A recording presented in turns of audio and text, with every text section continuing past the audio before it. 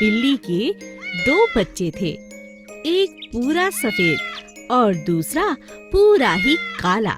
जब वो बड़े हो गए तो एक दिन बिल्ली ने अपने बच्चों को बुलाया और उनसे कहा, देखो बच्चों, अब तुम दोनों बड़े हो चुके हो, अपना भोजन स्वयं ढूंढना शुरू कर दो। काली बिल्ली और सफेद बिल्ली अपना भोजन लेने के लिए जंगल में घूमने लगी। अरे देखो, कितनी सुंदर सफेद बिल्ली है।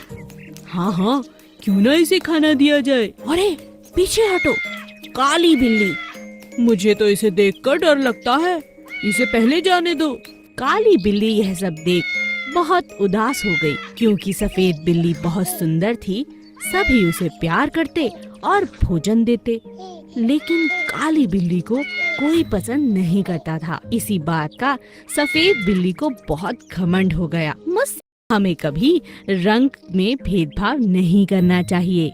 दो बकरियां। एक बार की बात है, रतन नाम का एक चरवाहा अपनी बकरियों को नदी किनारे घास चराने ले गया।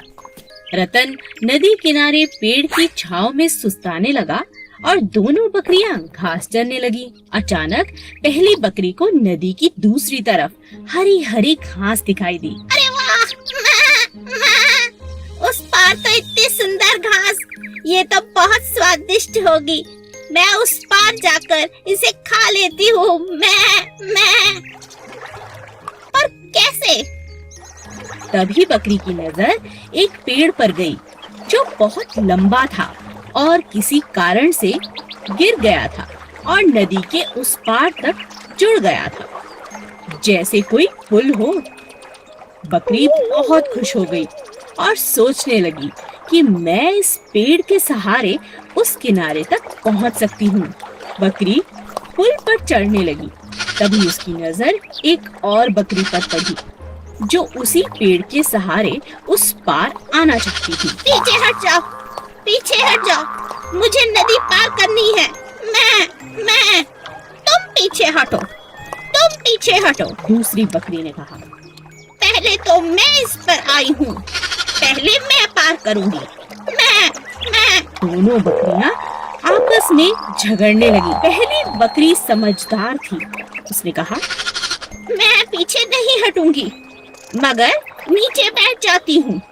तुम मुझे टाप कर नदी की दूसरी तरफ जा सकती हो। मैं झगड़ा कर कोई फायदा नहीं। दूसरी बकरी मान गई और पहली बकरी के छुपते ही वह टाप कर नदी के दूसरी तरफ चली गई। दोनों बकरियों ने नदी पार कर ली और एक दूसरे को शुक्रिया अदा किया। हमेशा लड़ाई झगड़े से नहीं, बल्कि बुद्धिमानी से हल निकाला जा सकता है। वफादार घोड़ा बादल। चंदन के पास बादल नाम का एक खूबसूरत सफेद रंग का घोड़ा था। दोनों एक दूसरे से बहुत प्यार करते थे। चंदन अपने घोड़े पर बहुत मेहनत करता, उसे रोज अच्छे से नहलाता, अच्छा खाना खिलाता और घुमाने भी ले जाता। बादल भी चंदन की हर बात मानता था। एक दिन एक चोर की नजर घोड़े पर पड़ी।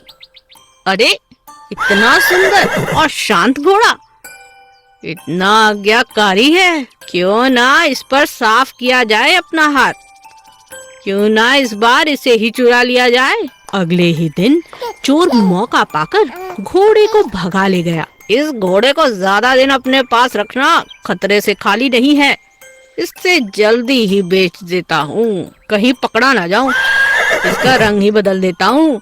चोर ने घोड़े को काले रंग से रंग दिया और उसे लेकर शहर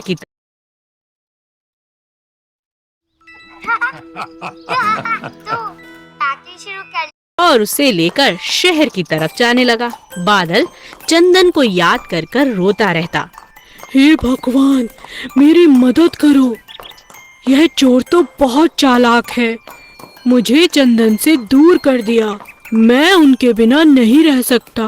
तभी बादल की नजर नदी किनारे बैठे चंदन पे पड़ी। चंदन को देखते ही बादल जोर जोर से हिंहिनाने लगा। चंदन को कुछ समझ नहीं आया। अरे, ये घोड़ा मुझे देखकर इतना शोर क्यों कर रहा है?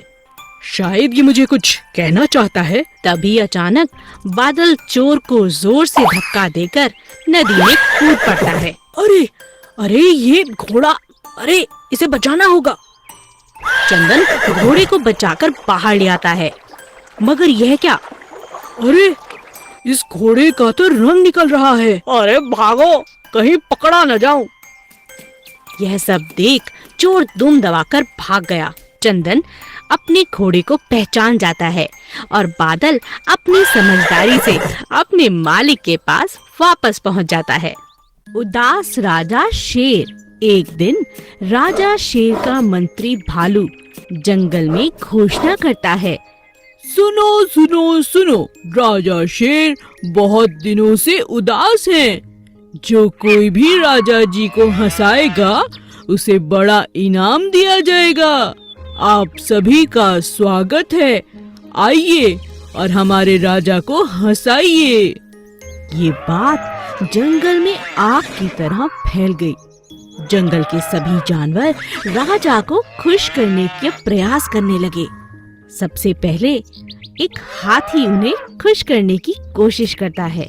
हाथी अपनी सूंड से तरह तरह के करतब दिखाता है, लेकिन राजा को हंसी नहीं आती। फिर बंदर की बारी आती है।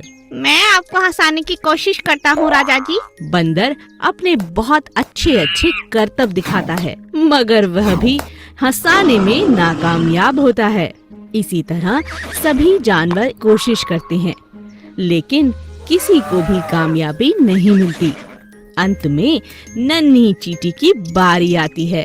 राजा के मंत्री भालू को लगता है किसी को इनाम नहीं मिलेगा।